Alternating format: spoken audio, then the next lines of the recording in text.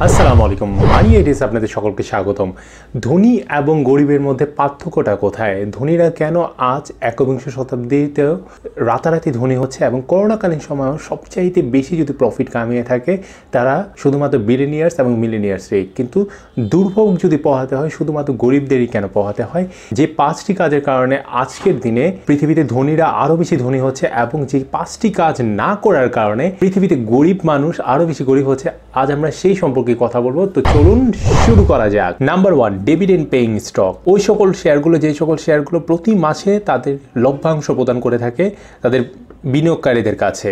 মাল্টিমিলিয়নিয়ার ক্যাভিনো Larry তিনি শুধুমাত্র ওই সকল কোম্পানিতে বিনিয়োগ করে যে সকল কোম্পানিগুলো প্রতি 4 মাস পর পর স্টকের লভ্যাংশ দিয়ে থাকে এবং এতে করে বিনিয়োগের মূলধন যেমন বৃদ্ধি পেয়ে থাকে তেমনিভাবে তিনি তার বিনিয়োগ থেকে কিছু পরিমাণ ইন্টারেস্টও পেয়ে থাকে শেয়ারের দ্বারা, যার ফলে তার শেয়ারের লভ্যাংশ বৃদ্ধি পেতে থাকে। যেমন পেপসি, কোকা-কোলা, অ্যামাজন, গুগল এবং ফেসবুকের মতো শেয়ারগুলো যেগুলো তাদের লভ্যাংশ প্রতি মাসে দিয়ে থাকে। Number 2, rental properties. ফাইন্যান্সিয়াল ফ্রিডমের প্রথম ধাপ হলো প্যাসিভ ইনকাম, আর এই প্যাসিভ ইনকামের জন্য সবচেয়ে সেরা উপায় হলো ঘর ভাড়া থেকে আয়। এই খাতে বিনিয়োগ করার মাধ্যমে আপনি ধনী হবার প্রথম ধাপে পা রাখতে পারেন, যার ফলে আপনার প্রতি মাসে প্যাসিভ ইনকামের দ্বারা আপনার লাইফকে টেনশনবিহীনভাবে লিড করতে পারেন। এর মাঝে সবচাইতে বড় একটি উদাহরণ হচ্ছে পৃথিবীর এক সময়কার 1 নম্বর ধনী ওয়ারেন বাফেট বলেন যে যদি আপনি ঘুমানোর সময়ও টাকা কামানোর রাস্তা খুঁজে বের করতে না পারেন তাহলে আপনার মৃত্যুর আগ পর্যন্ত কাজ করতে হবে। এর জন্য সবচেয়ে সেরা উপায়টি হচ্ছে আপনি একটি বাসা কিনুন এবং ওই বাসা থেকে প্রতি মাসে কিছু পরিমাণ ঘর ভাড়া বাবদ আপনার ইনকাম সোর্সে যোগ হবে। এর ফলে আপনি টেনশনবিহীন প্রতি মাসে আপনার লাইফকে লিড করতে পারবেন। নাম্বার 3, যাদের প্রতি মাসে ভালো ইনকাম হচ্ছে ডিভিডেন্ড স্টক থেকে এবং বাসা ভাড়া থেকে, তারা এই উপায়টি সবচেয়ে ভালোভাবে অবলম্বন করতে পারবেন। সেটি হচ্ছে ফ্লিপিং হাউস, যেটি মার্কিন যুক্তরাষ্ট্র এবং আমাদের দেশেও সবচেয়ে বেশি হয়ে থাকে।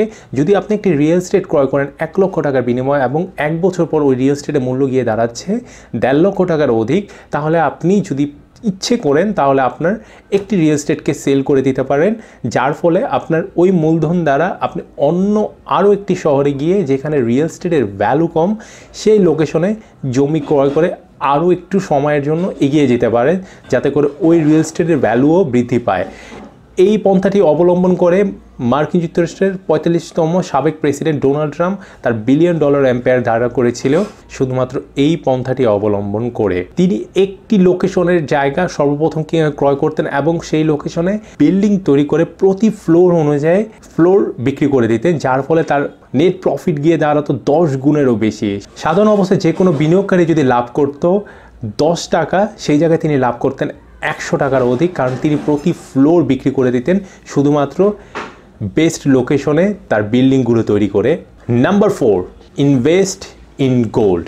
সময়ের সাথে সাথে যদি কোনো একটি খাত সবচাইতে বেশি রিটার্ন দিয়ে থাকে সেটি হচ্ছে স্টক মার্কেট, কিন্তু তারপরে যদি সবচেয়ে সেফ একটি জায়গা সবচাইতে ভালো একটি রিটার্ন দিয়ে থাকে সেটি হচ্ছে গোল্ড। আদিমকাল থেকে মহিলারা গোল্ডে বিনিয়োগ করতে সবচাইতে বেশিভাবে পছন্দ করত, কারণ তারা মনে করত যখন আর্থিক বিপদে পড়বে তারা এই গোল্ড বিক্রি করেই তাদের আর্থিক বিপদকে দূর করতে পারবে। এবং গোল্ড যদি আমরা চিন্তা করি গত 100 বছরে শেয়ার মার্কেটের তুলনায় দ্বিতীয় অবস্থানে ছিল গোল্ডের পার্সেন্টেজ, যেটা 13%-এরও অধিক রিটার্ন দিয়েছে। এবং এই জায়গা বিনিয়োগ সকল ধরনের মানুষ করতে পারবে কোনো প্রকার বাধা ছাড়া। নাম্বার 5, স্টার্ট এ অনলাইন বিজনেস। ওই ব্যক্তি সবচাইতে বেশি চিন্তামুক্ত থাকবে যার ইনকাম সোর্স সবচাইতে বেশি। যদি আপনার ইনকাম সোর্স ক্রিয়েট করতে হয় তাহলে আপনার প্রথম ধাপে চিন্তা রাখতে হবে আপনার একটি বিজনেস ক্রিয়েট করতে হবে। নতুন ধরনের মিলেনিয়ার যারা আসে তারা সবচাইতে বেশি কানেক্টেড হচ্ছে ই-কমার্স সেক্টরগুলোতে, এবং এই ধারাবাহিকতা বাংলাদেশেও চলে এসেছে। করোনাকালীন সময় সকল প্রকার মার্কেট অফ ছিল, কিন্তু একটি জায়গায়ই খোলা ছিল যেখান থেকে আপনি সাথে সাথে অর্ডার করে পণ্য পেয়ে থাকেন, সেটি হচ্ছে ই-কমার্স সেক্টর। ফেসবুকে নিজেদের প্রোডাক্ট সেল করে বিভিন্ন ধরনের মানুষ লাখো টাকা আয় করছে, তার মধ্যে হতে পারেন আপনিও একজন। কারণ ফেসবুক স্টোরের দ্বারা মানুষ তাদের পেজকে বুস্ট করে কাস্টমারদেরকে অ্যাট্রাক্ট করছে। এর ফলে ঘরে বসেই যদি কোনো একটি আয়ের সুযোগ থাকে আপনার পণ্যকে সারা দেশে মানুষের কাছে সেল করার, সেটি একমাত্র উপায় হচ্ছে অনলাইনে একটি বিজনেস ওপেন করা। সেটা কোনো কোর্স হোক না কেন, অথবা আপনার রান্না করার রেসিপি হোক না কেন, এবং আপনার হাতে তৈরি করা একটি প্রোডাক্টই হোক না কেন।